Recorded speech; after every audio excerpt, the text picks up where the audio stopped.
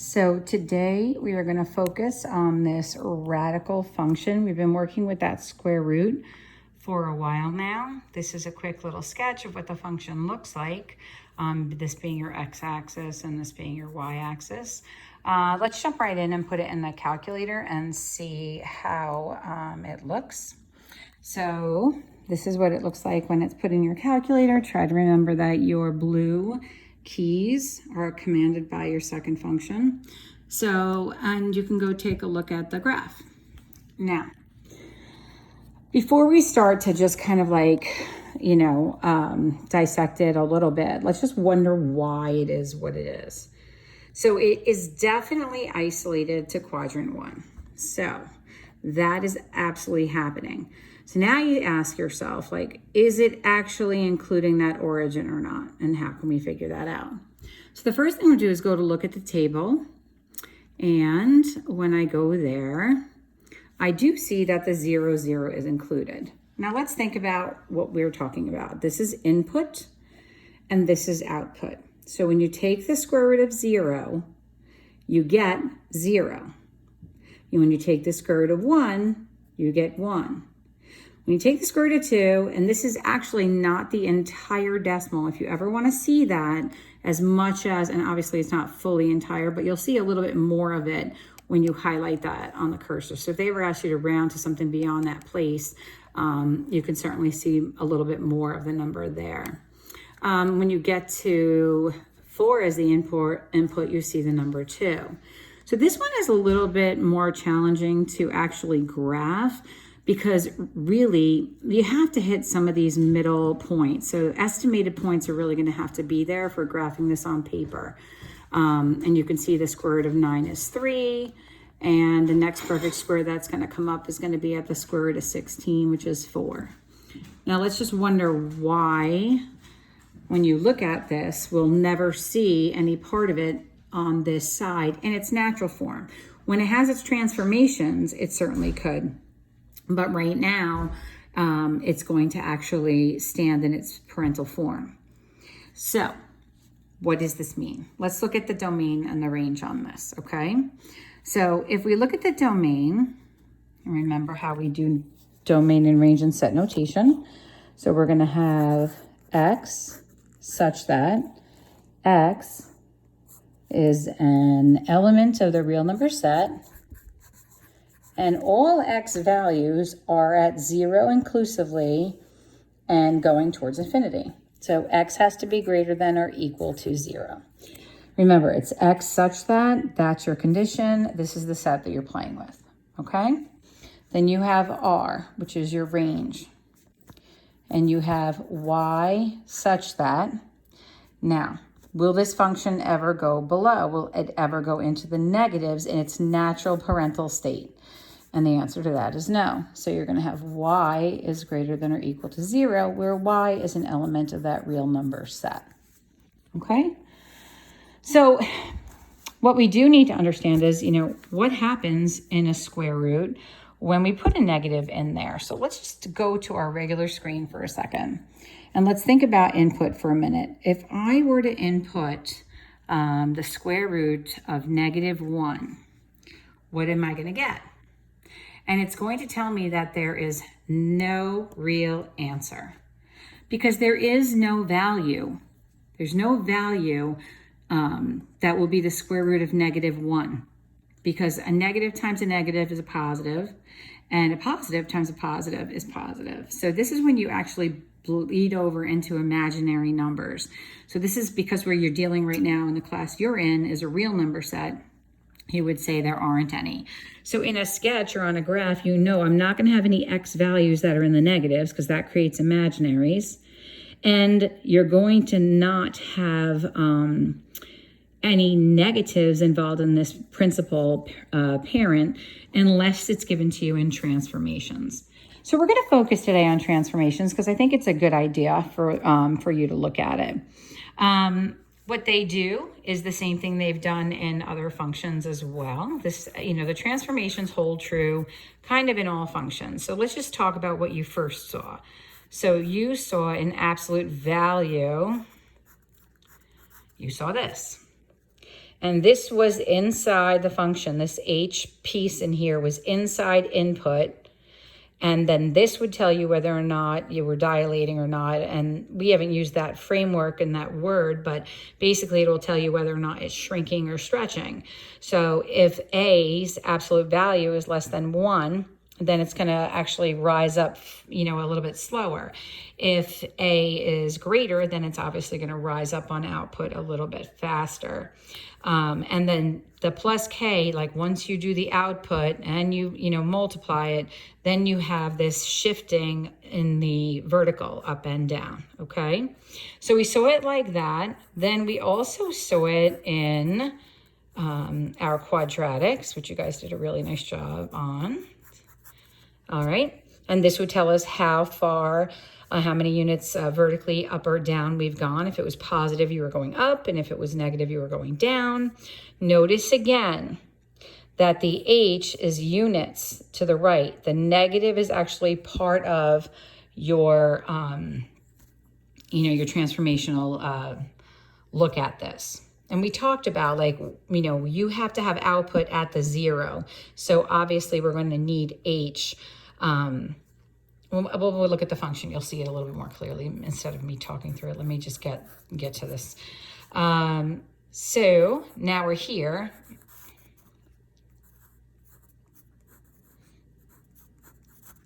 So this is what we're looking at now.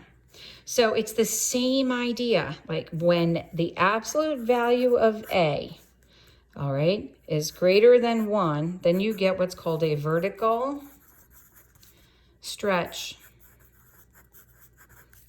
When the absolute value of A is less than 1 but greater than 0, you get a vertical shift. When A is actually less than 0, which is negative, that is when you get a reflection in the in the x-axis. I'm thinking ahead of myself here.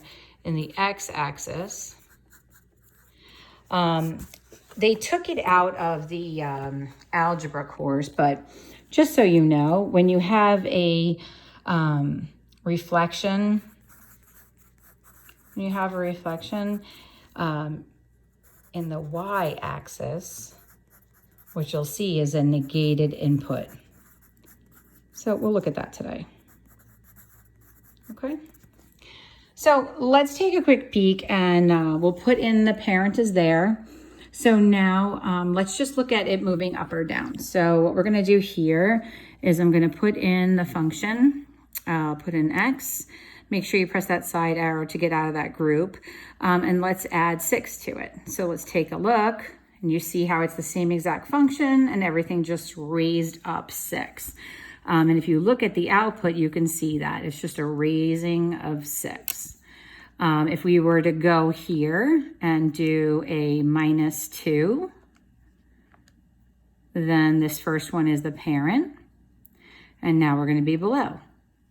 So that K, notice it's the K, it's outside input. It's after you find the output, what you actually change it to. So that's your K. Now, let's go back on this one for a second. And let's delete and delete. Let's get back under this group. And let's put the -2 here and see what it actually does. Now it's in the group, the input group, okay? So it should shift it over.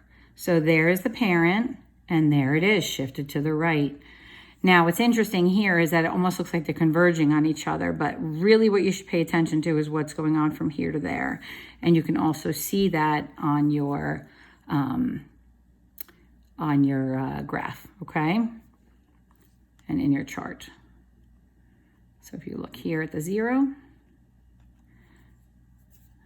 actually, it's actually an error here, and it's an error there, and you'll have it at the 0 when x is 2. Okay? So let's try another one here and see what we can do to it. Let's go down here, and let's shift it to the left. Let's go +7, and let's see what happens. So we have this one here. Now this should pop all the way over there. So you see how The one that's in the input group is actually going to still do what all the other functions did before, shifting to left or right based on the one that's with input. If it's negative, then the h's are positive. If this is positive, that means that the value of h was negative, and that's why when you subtract a negative, you get a positive. All right. Now, let's take a look at that coefficient now. So I'm going to come on down here, and I'm going to insert a 5, okay? So now this should actually look a little different. Okay, so let me take off a piece here. I've got this guy shifting a little bit here. Let me take this off so we can just look at this one piece. And I'm actually gonna change my window a little bit because we need this to be here and we need that to go up. All right. So there's the original, and then here, now look at the change in the way that it's rising. Because A is positive, it's moving it up higher. Maybe I will go, just let me put this at -5, and I'll put this one at 15, just so you can see it more as a quadrant, 4 quadrants. So you can see what's happening is it's rising up, so it's like it's being pulled up, okay? And if we look here, if I were now to input this and I were to make it 1/5, then what you would see now is actually it's going to come underneath. It's going to be like a little, see how it's so squishy in there now. And that's because it's not moving up. So at a point where in the table, let's say you go, let's look at a point that you can see it a little more clearly. Okay, so let's look here. So you have 4 is the natural, right? So the square root of 16 is 4. And then if you take 1/5 of 4, you get 0.8. So that's what's happening there. So instead of being at 16 on the x and up to high 4, now you're 16 on the x and you're just not even at a whole 1 up. So it does the same exact functions. So what we're going to do right now is just talk through a couple of transformations, and you can certainly use your calculator with this when you're checking. But if I were to give you a function and it looked like this,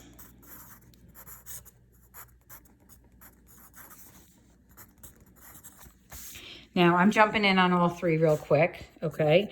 You're gonna take this apart. So what you're gonna see is, first of all, you have a vertical shift up 2.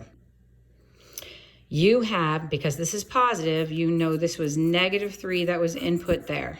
So this is going to the left 3 units. And this is going to be a vertical shrink of a factor of 1/2. So if we were to sketch this and it was going to look like this, now it's going to look like that. Okay? So that's what we're talking about. Now, the only one we haven't really looked at yet is the negative. And I'm going to just show you what that looks like. So we're going to put this in. Sorry, I've had a very crazy day today, so I'm sorry if I'm a little shaky. Delete, delete, delete, delete. We'll change this to a negative.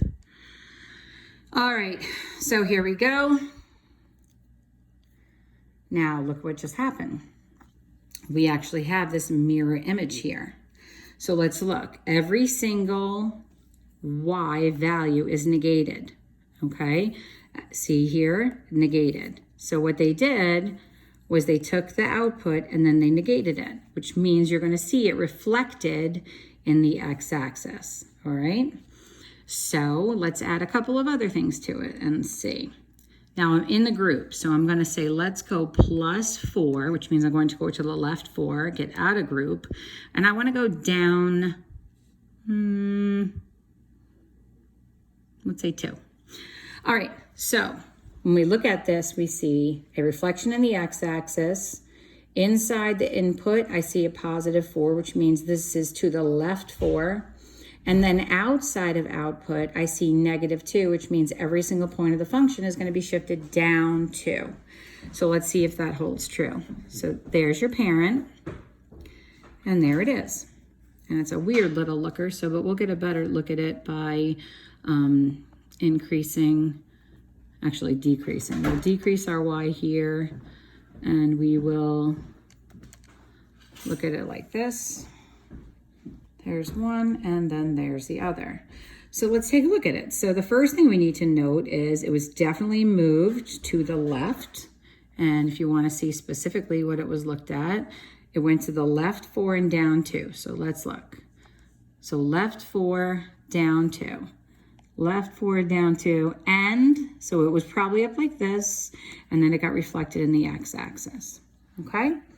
So now I just have one more piece I want to show you, and it's kind of new, and it really used to fall in the realm of algebra. They're taking it out, so you'll see it again next year, but I do think it's important to look at now. So what I want you to do is just take a peek and look at what happens when we actually negate the input. All right, so we're just making the input negative. So this is the parent, and check that out. So that is the negation of input. So what you're going to do is look at every single output, and you're going to see, well, first of all, you've got error, error, error, error, error on a lot of them, right? Because we swapped that input. So you can see that if you input a -2, you're going to have an error, right? But then once we changed it, now notice that, like, let's look at this for a second. If you take the square root of negative and you have x, if you had this as a function, okay, and your input is -2, watch what happens. If I put this in, then I get y is equal to the square root of 2, which is going to give you actual numerical output, okay? But what happens when the x is +2? Then what happens is we end up with this error. Because if I put 2 in place of x, well, now I have an error because I can't take the square root of a negative value. So let's go look at -2 and 2 for a second. So when I put in -2 into the original function, I got an error. But then when I negate the -2 in the new function, then I get an answer, okay? When the input was 2, that was this. But then I asked everybody to negate the input. So if you negate -2, you end up with an error there. So really, the one thing that I want you to see is that you end up getting, whenever you negate input, you get a reflection in the y-axis. You just might want to jot that down. So when you negate input,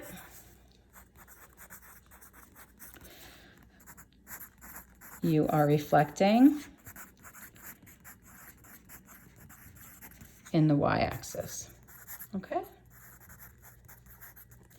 So what I have actually done for you is I selected on Delta Math some problems for you to look at and figure out what the transformations are. I'm also going to ask you, I'm not asking you to write it down, but I want you to think about how it affects domain and range a little bit. So we'll talk about that. Let's just put in a couple of functions with a couple of transformations, and we'll talk about domain and range today. You won't answer any questions about domain and range today, but we will definitely be looking at them soon. So let's do x, and we'll do -6.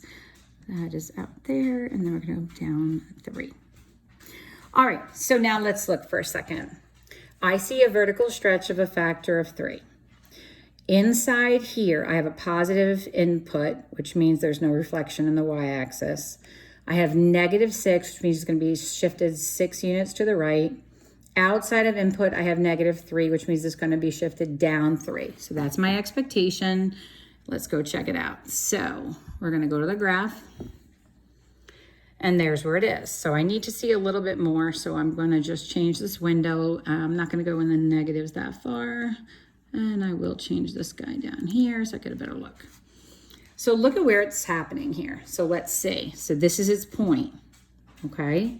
And we were looking at definitely a vertical stretch, 6 to the right and 3 down. Let's see how we did. So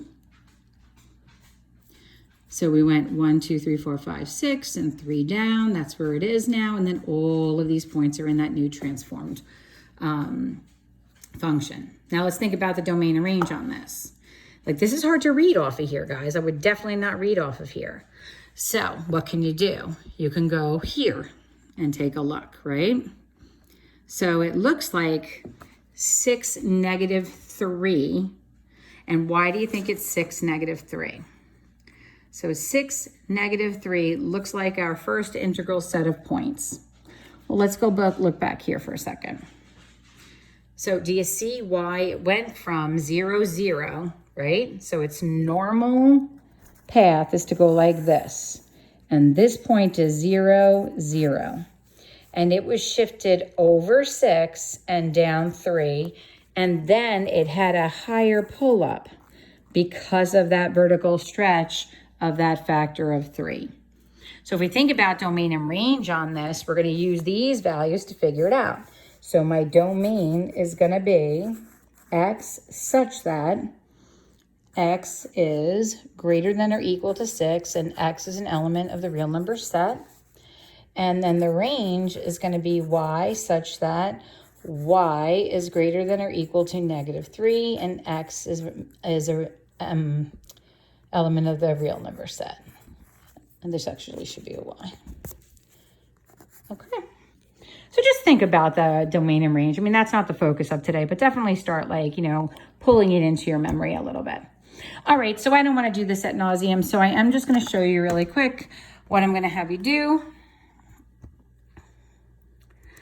So,